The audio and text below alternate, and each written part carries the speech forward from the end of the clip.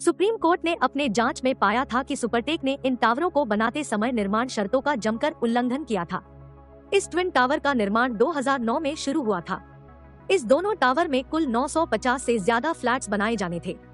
बहरहाल कई खरीदारों ने यह आरोप लगाया कि बिल्डिंग के प्लान में बदलाव किया गया है और साल 2012 में वे इलाहाबाद हाई कोर्ट चले गए थे। आंकड़ों के मुताबिक इसमें 633 लोगों ने फ्लैट बुक कराए थे। इनमें 248 लोगों ने रिफंड ले लिया और करीबन 133 खरीदारों को दूसरे प्रोजेक्ट में मकान दिए गए। लेकिन तमाम खरीदारों में 252 ऐसे लोग हैं जिन्होंने न तो रिफंड लिया है और न ही उन्हें किसी दूसरे प्रोजेक्ट में शिफ्ट किया गया, मतलब उनका निवेश इस प्रोजेक्ट में बना रहा। साल 2014 में इलाहाबाद हाई कोर्ट ने ट्विन टावर को अवैध घोषित करते हुए उन्हें गिराने का आदेश दे दिया था। उन्होंने नोएडा प्राधिकरण को भी जोरदार फटकार लगाया था। मामला सुप्रीम कोर्ट में चला गया। पहले तो सुप्रीम कोर्ट ने इलाहाबाद हाई कोर्ट के आदेश पर रोक लगा दिया था, लेकिन बाद में सुप्रीम कोर्ट ने भी इसे गिराने का आदेश दिया। कब क्या हुआ? अदालती प्रक्रिया में सुनवाई और फैसले तक का सफरनामा। 23 नवंबर 2004 में नोएडा विकास प्राधिकरण ने सुपरटेक को नोएडा के 193 में एक हाउसिंग सोसाइटी के निर्माण के लिए जमीन आवंटित किया था। साल 2005 में सुपरटेक को कुल 14 टावरों और एक शॉपिंग कॉम्प्लेक्स के निर्माण की इजाजत मिल गई। नक्शों के मुताबिक सभी टावर ग्राउंड फ्लोर के साथ 9 मंजिल तक पास किए गए। नवंबर 2005 में सुपरटेक लिमिटेड ने एमरल्ड कोर्ट नाम से एक ग्रुप हाउसिंग सोसाइटी का निर्माण शुरू किया। इसके बाद जून 2006 में सुपरटेक को नोएडा प्राधिकरण की तरफ से फिर अतिरिक्त जमीन आवंटित की गई। सुपरटेक ने दिसंबर 2006 में 11 फ्लोर के 15 टावरों में कुल 689 फ्लैट्स के निर्माण के लिए प्लान में बदलाव किया। इसके बाद 2009 में सुपरटेक और नोएडा प्राधिकरण की मिलीभगत से ट्विन टावर का निर्माण शुरू कर दिया। ये T16 और T17 एपेक्स और केयाने टावर थे। इन दोनों टावरों को लेकर लोगों में काफी नाराजगी थी। फ्लैट खरीदारों का कहना था कि जिस इलाके को ग्रीन बेल्ट घोषित किया गया था, वहां बिल्डर और अथॉरिटी की मिलीभगत की वजह से विशालकाय टावर खड़े होने वाले हैं। सुप्रीम कोर्ट ने अपनी जांच में पाया कि इन ट्विन टावरों के निर्माण के दौरान अग्नि सुरक्षा मानदंडों, फायर सेफ्टी स्टैंडर्ड और खुले स्थान ओपन स्पेस के मानदंडों का भी उल्लंघन किया गया था।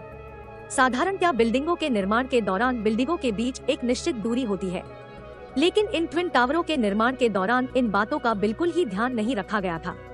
बिल्डिंग निर्माण को लेकर नेशनल बिल्डिंग कोड NBC 2005 का प्रावधान है, जिसके तहत ऊंची इमारतों के आसपास खुली जगह होनी चाहिए। जांच में पाया गया कि टावर T17 से सटे इलाके में 9 मीटर से भी कम का स्पेस गैप पाया गया, जबकि नियम के मुताबिक यह जगह लगभग 20 मीटर होनी चाहिए थी। ये भी कहा गया कि सुपरटेक ट्विन टावर्स T16 और T17 का निर्माण यूपी अपार्टमेंट्स एक्ट को नजरअंदाज करके किया गया था। बिल्डरों ने मूल योजना में बदलाव तो कर दिया, लेकिन बिल्डरों ने मूल योजना के खरीदारों की सहमति नहीं ली थी। जांच में यह भी कहा गया कि सुपरटेक ने ग्रीन बेल्ट वाले इलाके में 2 बड़े टावर खड़े कर दिए। सुप्रीम कोर्ट का मानना था कि यह दरअसल ग्राहकों के साथ ठगी है, जो ग्रीन बेल्ट देखकर फ्लैट खरीदने का मन बनाया था। इलाहाबाद हाई कोर्ट पहुंचा मामला। बहरहाल साल 2009 में एमराल्ड कोर्ट के फ्लैट ओनर्स ने कानूनी लड़ाई लड़ने का फैसला करते हुए अदालत का दरवाजा खटखटाया। एमराल्ड कोर्ट के रेजिडेंट ने साल 2010 में इसके खिलाफ कोर्ट में याचिका दायर की थी। मामले में किसी तरह की कार्रवाई न होने से लोगों ने 2012 में इलाहाबाद हाई कोर्ट जाने का निर्णय ले लिया। इसके बाद करीबन 1.5 साल तक हाई कोर्ट में मामले की सुनवाई चलती रही। फिर 11 अप्रैल 2014 में हाई कोर्ट ने विवादित टावर ध्वस्त करने का आदेश दिया था। उस आदेश में कोर्ट ने नोएडा अथॉरिटी के आरोपी अधिकारियों के खिलाफ भी कार्रवाई का आदेश दिया था। सुप्रीम कोर्ट में 7 साल चली सुनवाई। हाई कोर्ट के इस फैसले को सुप्रीम कोर्ट में चुनौती दी गई। सुप्रीम कोर्ट में इस मामले की सुनवाई करीबन 7 साल तक चला। 31 अगस्त 2021 को सुप्रीम कोर्ट ने रेजिडेंट्स के पक्ष में फैसला सुनाया और सुपरटेक को जबरदस्त झटका दिया। सुप्रीम कोर्ट ने अपने आदेश में कहा था कि 3 महीने के अंदर दोनों टावर को ध्वस्त कर दिया जाए, लेकिन उस समय के अंदर इसे गिराया नहीं जा सका। इसके बाद इसकी तारीख बढ़ाकर 22 मई 2022 कर दिया गया, लेकिन तब भी तैयारियां पूरी नहीं हो पाई। सुप्रीम कोर्ट ने इस मामले में टावर गिराने वाली कंपनी को 3 महीने का समय और दिया। इस समय फ्रेम के मुताबिक उन टावरों को 21 अगस्त 2022 को गिराया जाना था, लेकिन तब टावर गिराने वाली कंपनी एडिफिस इंजीनियरिंग को NOC नहीं मिली थी, इसलिए 1 हफ्ते और बढ़ा दिया गया और 28 अगस्त को टावर गिरा दिया जाएगा। सुप्रीम कोर्ट के फैसले में बिल्डर को यह कहा गया कि वो 2 महीने के भीतर फ्लैट खरीदारों को 12% सालाना ब्याज के साथ सभी राशि वापस करे। इतना ही नहीं, सुप्रीम कोर्ट ने बिल्डर को कहा कि वो रेजिडेंट वेलफेयर एसोसिएशन को 2 करोड़ का भुगतान करे।